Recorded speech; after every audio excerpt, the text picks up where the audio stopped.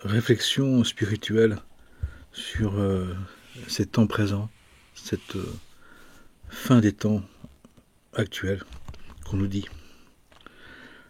Un des éléments que disent les enseignements, c'est que nous serions dans une conclusion, dans une fin,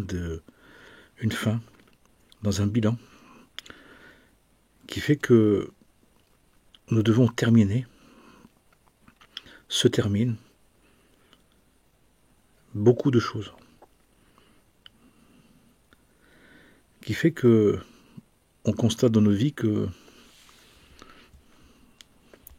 il se passe des événements, des situations où malgré notre bonne volonté, nos efforts, notre investissement, ça ne produit pas les fruits ou les attentes ou les objectifs qu'on s'est fixés. Les personnes témoignent qu'elles ont l'impression que les choses sont déjà jouées, que les choses se passent un peu sans elles. Et c'est vrai. On nous dit que c'est vrai. Que le grand livre de la vie, sur le grand livre de la vie est inscrit cette conclusion, cette fin de cycle. Encore une fois, pas la fin du monde, mais la fin d'un cycle d'humanité, où nous tous, nous sommes concernés, nous sommes touchés. Et on peut voir dans la vie de chacun qu'il y a un cumul de choses qui se produisent, qui se passent, et sans nous demander notre autorisation, sans le vouloir, même en ayant des bonnes intentions, en ayant de la précaution, en ayant de la disponibilité, du prendre soin. Parce qu'on nous dit qu'on est justement dans une conclusion, et que on ne peut plus reporter, on ne peut plus attendre, que les choses doivent se faire, doivent se terminer, doivent s'accomplir, doivent se réaliser dans le laps de temps qui nous reste. Comme si finalement on avait un certain nombre de travaux à faire ou de choses à vivre que nous devons conclure.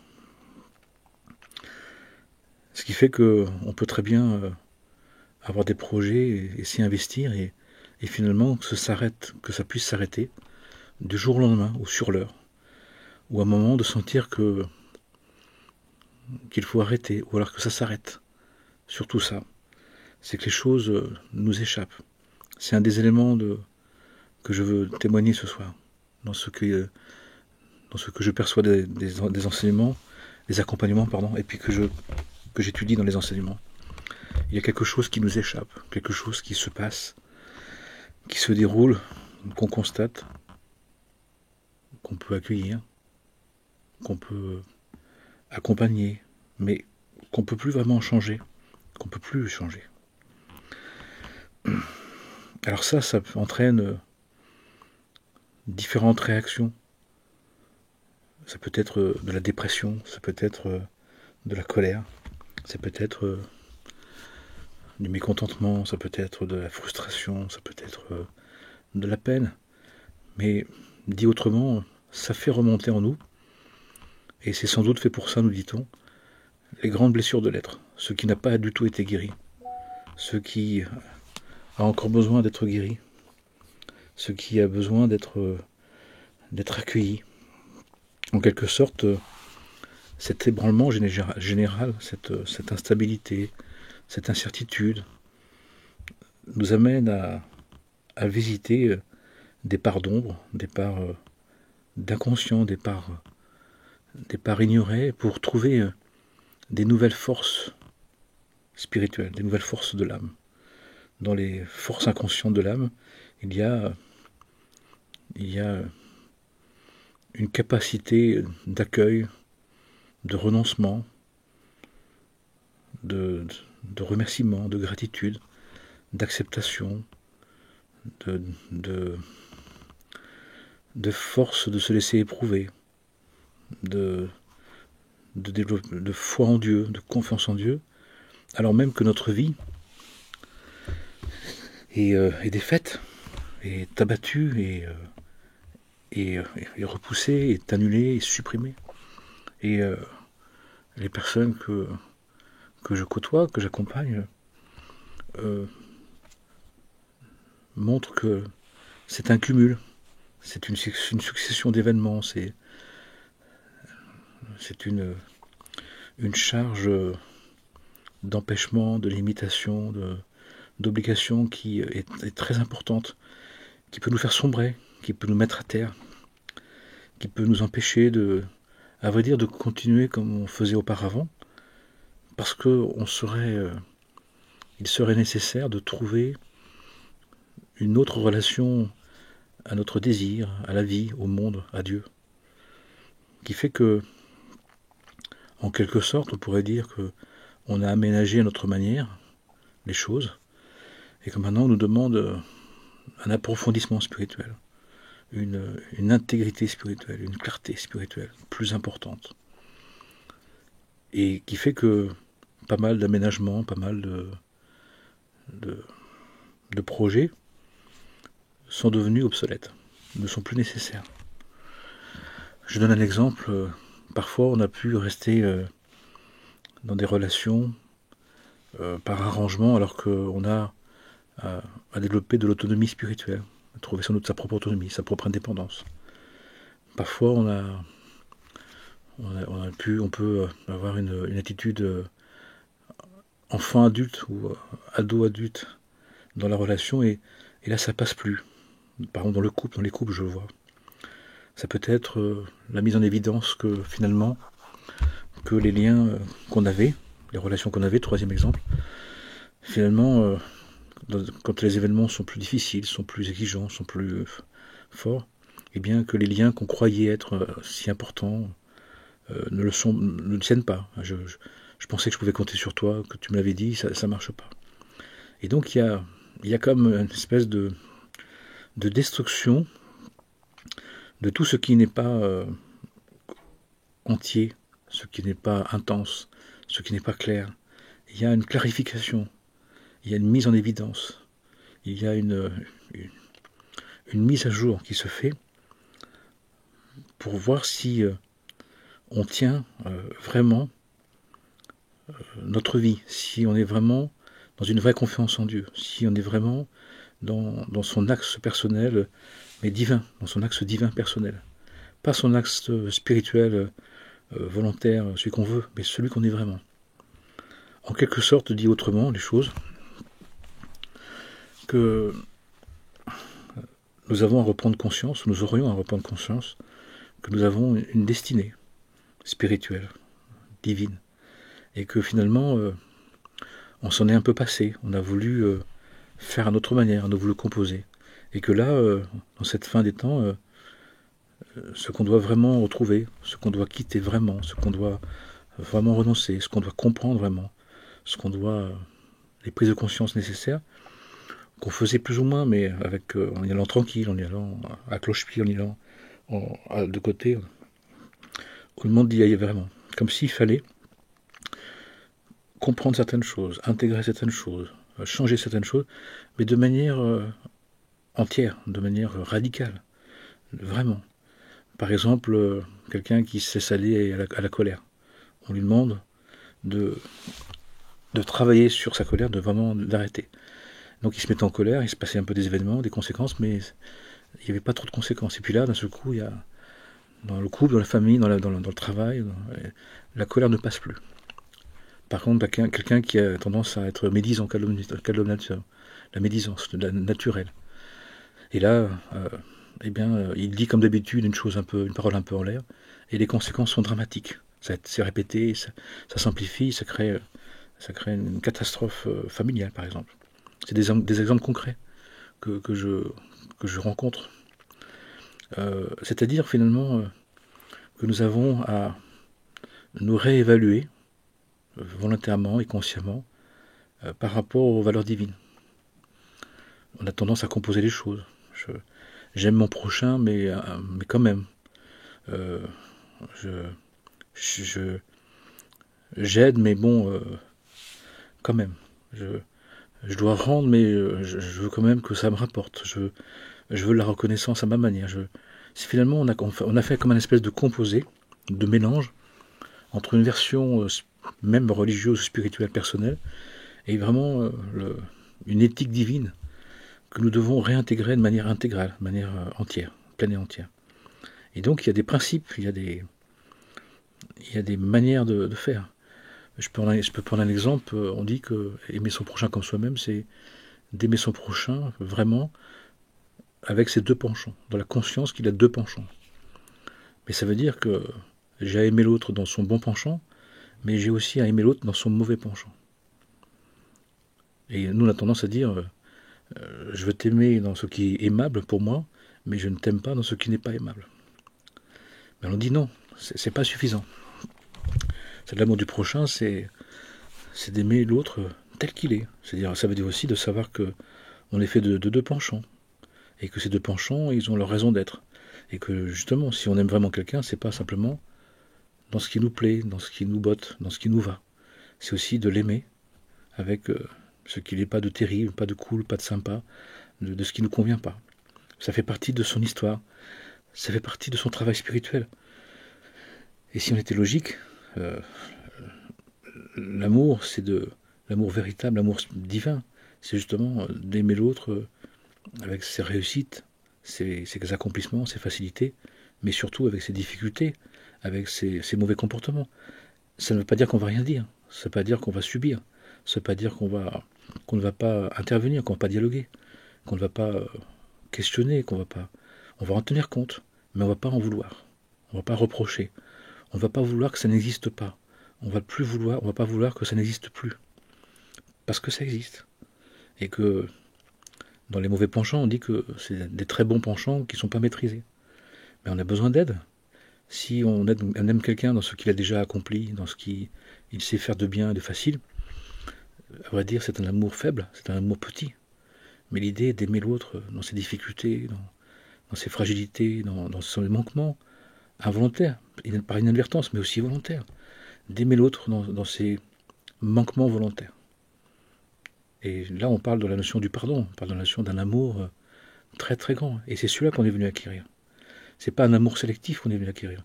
C'est pas un amour où on va être tranquille. Je t'aime mais je veux que tu me laisses tranquille. Je t'aime mais je veux pas de problème. Je t'aime mais je veux pas que tu aies des mauvais côtés. Non, c'est un amour entier. C'est un amour entier, complet. Mais ça veut dire aussi qu'on a besoin de réintégrer, qu'on est venu faire ce travail spirituel. On est venu devenir des êtres divins qui sont capables d'aimer au-delà des considérations personnelles, des valeurs personnelles, des croyances personnelles, d'un amour divin. Tu aimeras ton prochain comme toi-même, avec ces deux penchants complètement. Tu pardonneras, non pas 7 fois, mais 70 fois 7 fois. C'est-à-dire que tu devras tenir compte vraiment de l'autre comme il est. Ça veut dire aussi que l'autre, il ne fait pas exprès d'être manquant, c'est qu'il est comme ça. Et alors on le trouve encore dans certaines relations, en particulier avec les enfants, où on a un amour inextinguible, infini.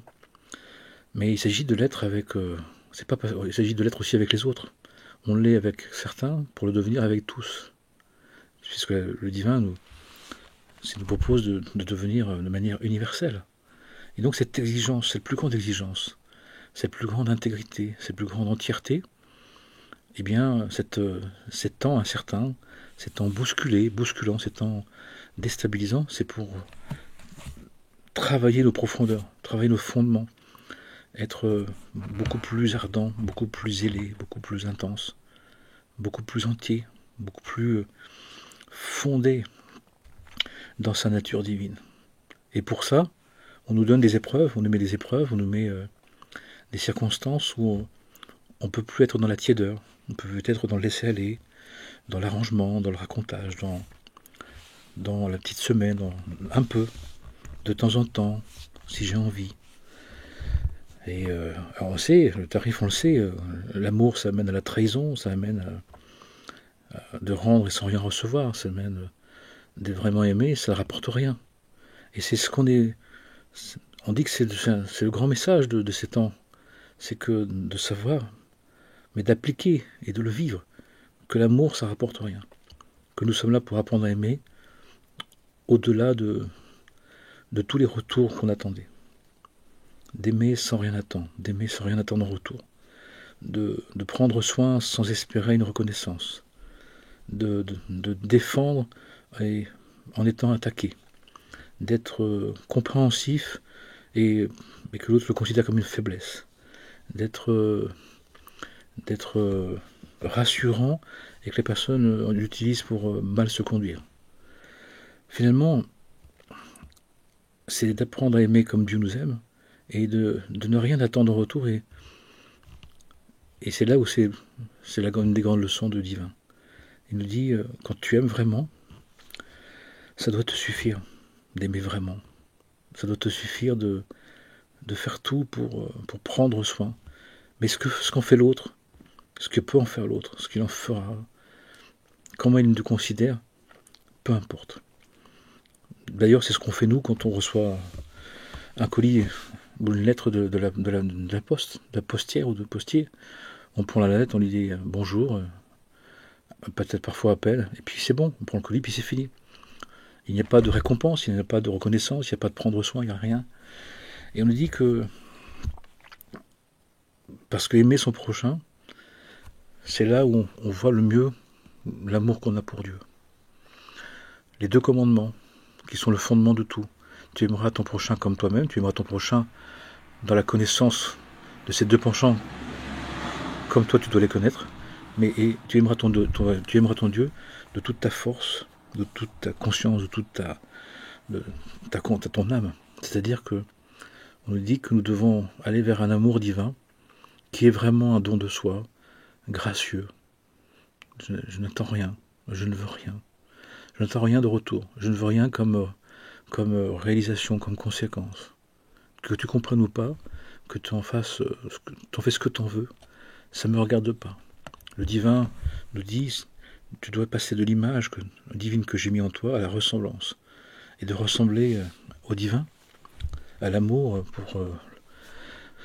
pour ces créatures, les créatures divines, pour le monde, pour la création, pour l'humanité, pour tous ses prochains. C'est un don de Dieu, c'est un don d'amour qui ne doit rien attendre. Ce n'est pas normal d'attendre quelque chose.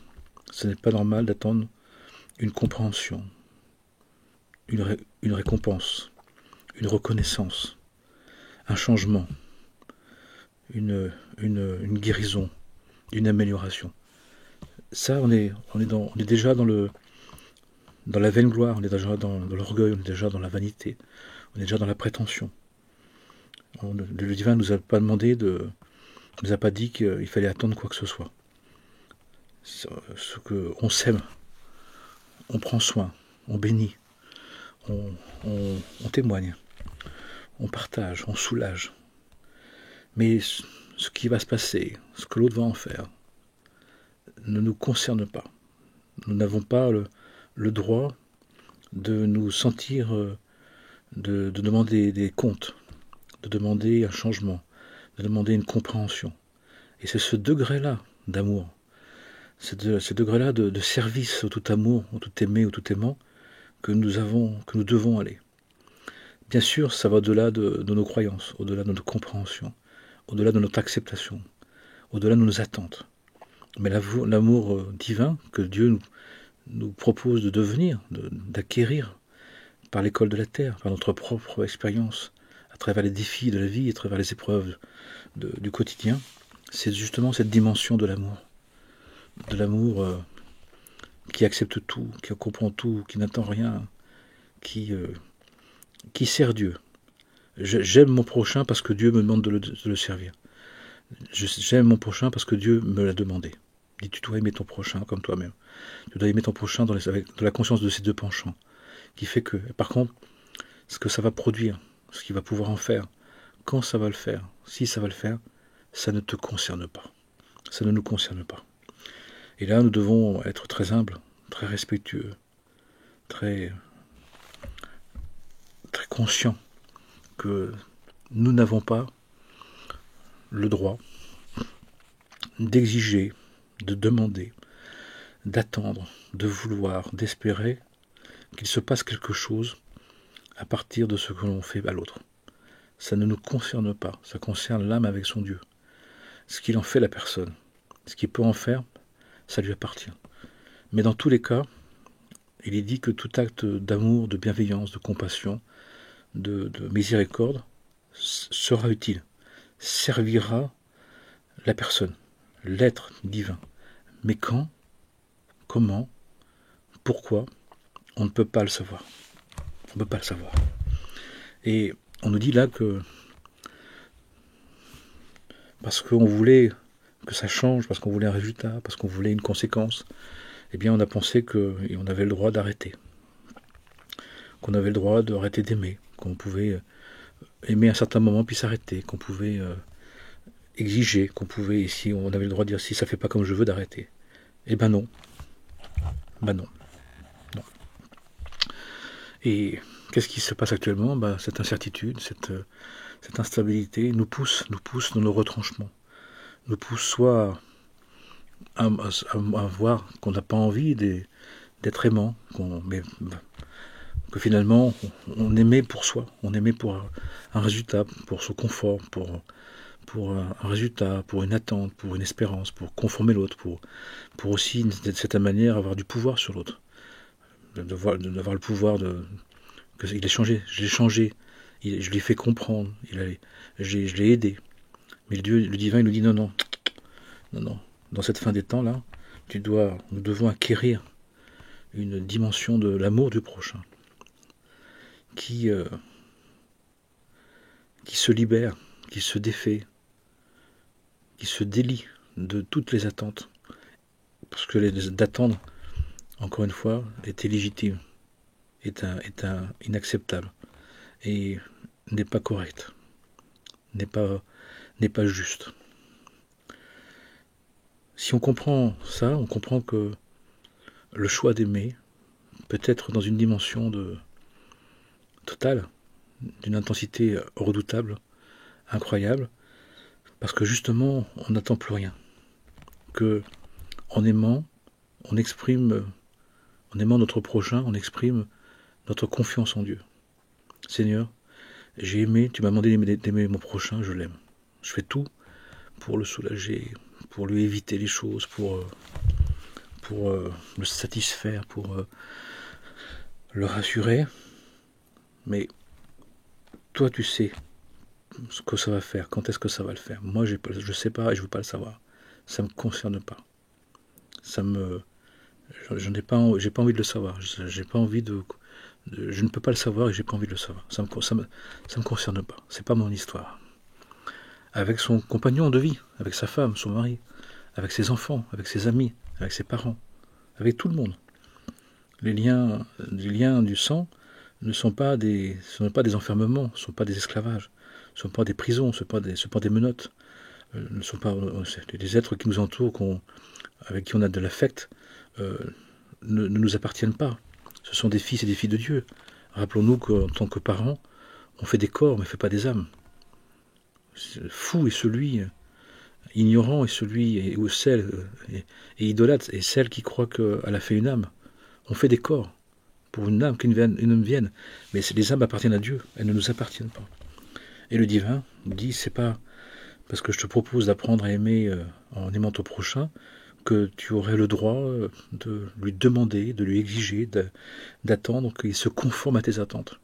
En plus de ça, nos attentes qui nous paraissent légitimes ou justes, comment on le sait qu'elles sont légitimes ou justes? Le bien qu'on veut faire.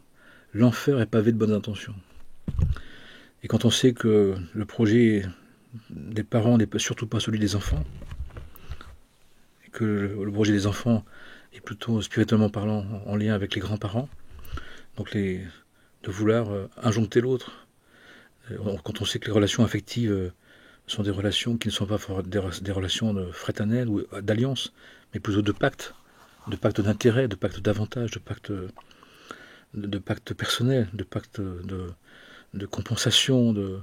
Mais l'alliance est autre chose. Dans l'alliance, il y a la liberté. dans l'alliance relationnelle, que ce soit avec, en amitié, en amour, avec l'héréditaire, avec le personnel, avec l'amical, avec le professionnel. Là, c'est une alliance. L'alliance, c'est la liberté. La liberté et le respect, la liberté, la solidarité, la fraternité, mais dans le respect total de l'autre. L'autre ne nous appartient pas. L'autre, il est libre. L'autre, il appartient à Dieu, comme chacun d'entre nous. Chaque créature de Dieu appartient à Dieu. Donc nous n'avons pas à vouloir le conformer, à vouloir le placer, le diriger, le contrôler selon nos principes, selon notre considération des choses. Et c'est ce qui se passe actuellement. C'est pour ça qu'il y a énormément de relations. Toutes les relations sont touchées. Toutes les relations qui étaient basées non pas sur des alliances. L'alliance est basée sur la vérité des enseignements, qui fait que chaque être est dans la liberté des enfants de Dieu. Et bien ça s'écroule. Et quel que soit le secteur de vie, quelle que soit la part de notre vie, tout ce qui est du domaine de l'attachement, de l'enfermement, de la dénégation, de l'injonction, de la possession, du rapport de force, du rapport de pouvoir, des pactes sont en train d'être déliés. Et pour délier les pactes, il faut des frappes. Il faut des événements qui nous saisissent, des événements qui nous obligent à changer. Et on voit bien, on est obligé à changer. On est obligé à se conformer, à se rénover, à se réformer. On peut plus, ça tient plus. L'équilibre précaire, la compromission dans laquelle beaucoup d'êtres sont, la plupart de nos relations sont, ne tiennent plus. Parce qu'il n'y a plus les effets, il n'y a plus les avantages secondaires. Avant, ça faisait parce que on avait comme des avantages secondaires. Et là, on ne les a plus. Et au moment où on ne les a plus, eh bien, on voit le vrai relation, le vrai amour, le vrai lien, la vraie alliance. Et c'est ce qui se passe actuellement. Donc, de ce point de vue-là, je dis bien de ce point de vue-là, tout ce qui est en train de se défaire, c'est la destruction des pactes. Des pactes des pactes nocifs, des relations toxiques, des relations malsaines, des relations infantiles, des relations conflictuelles, injonctives, d'abus, de maltraitance physique, psychique, relationnelle, mentale, matérielle. Et alors que nous devons être des êtres libres, indépendants, interdépendants. Et pour ça, ça passe par une clarification, par une clarification de liens. Est-ce qu'on est en alliance ensemble? Si on est en alliance, l'alliance c'est je t'aime comme étant fils de Dieu et tu m'aimes en tant que fille de Dieu. Je t'aime et tu m'appartiens pas. Je ne peux pas te chosifier, je ne peux pas te réduire à mon idée, à ma conception. Tu es un mystère, tu es un être divin unique que j'ai à respecter, que j'ai à aimer. Que je comprenne ou pas. Je ne suis pas là pour comprendre, je ne suis pas là pour te conformer. Je suis là pour t'aider à te révéler, t'aider à être toi-même dans la connaissance de ton bon penchant et de ton mauvais penchant, de ta destinée, qui t'amène à ta vocation, qui t'amène à exprimer à ta manière le divin qui est en toi, la même source divine qui nous anime tous. Donc c'est une autre dimension. Et tous ces événements qui nous arrivent au niveau individuel et collectif, c'est pour nous défaire justement de tout ce qui est faux, factice, inutile, illusoire, imaginaire, qui fait que finalement on s'est arrangé avec la vérité, avec nos profondeurs, avec notre vrai être. Et là, pour la suite, pour le temps nouveau, il y a besoin que chacun comprenne que le lien avec l'autre, le lien avec soi-même, avec l'autre, ça passe par d'être pleinement l'être divin que nous sommes. Et donc, et cet être divin, une des manières de découvrir qu'on a besoin de Dieu, que la source divine est essentielle, c'est d'aimer notre prochain comme nous-mêmes, dans la conscience de ses deux penchants, dans la conscience, dans le respect de sa destinée, de son chemin particulier, de son chemin différent, de son chemin mystérieux, étonnant, que nous avons à promouvoir. Et le domaine des valeurs, c'est pareil. Nous découvrons que chacun a ses propres valeurs. Les bonnes valeurs pour chacun, c'est est-ce que tes valeurs te font aimer ton prochain? C'est des bonnes valeurs. Tu peux les garder. Est-ce que tu aimes la vie? Tu prends soin de la vie? Tes valeurs sont bonnes. Est-ce que tu aimes Dieu? Tes valeurs sont bonnes. Mais si tu n'aimes pas la vie, si tu n'aimes pas Dieu, si tu n'aimes pas ton prochain, pose-toi des questions sérieuses. Tes valeurs sont des valeurs égotiques, égocentriques, idolâtres, débauchées, mensongères, et, de toute puissance, mais qui ne permet pas justement l'alliance. Et tout travail, c'est un travail d'alliance. Donc on est finalement, pour conclure, on est on est en train de nous délier de toutes les pactisations, de tous les arrangements psychologiques, affectifs, psychospirituels, religieux, qui où finalement on n'aimait pas vraiment, mais pas aimer vraiment, c'est détester quand même, détester un peu, détester aussi. Mais l'amour du prochain, il est l'amour du prochain que le Dieu divin veut qu'on acquiert, le sien, comme il est. C'est un amour du prochain qui est beaucoup plus grand, qui est beaucoup plus vaste, qui est entier. Il y a une entièreté. C'est pas un peu, c'est pas de temps en temps, c'est pas conditionnel, c'est pas si on veut, comme on veut. C'est tout le temps, en tout, complètement, pour toujours et à jamais. C'est très difficile, c'est très dur, parce que c'est d'une exigence incroyable. D'ailleurs, on nous dit que dans cette fin des temps, ce qui revient, c'est l'évaluation se fait de manière beaucoup plus rigoureuse. L'étalonnage est beaucoup plus fin. Le tamisage est beaucoup plus raffiné. Donc on nous laisse passer moins de laisser aller, d'arrangement, et on doit se perfectionner. On est à un autre degré de perfectionnement. Et à chaque fois qu'on se perfectionne, on devient un être plus pur, plus saint, plus royal. Et c'est le projet divin, nous dit-on. Voilà pour ce soir quelques réflexions.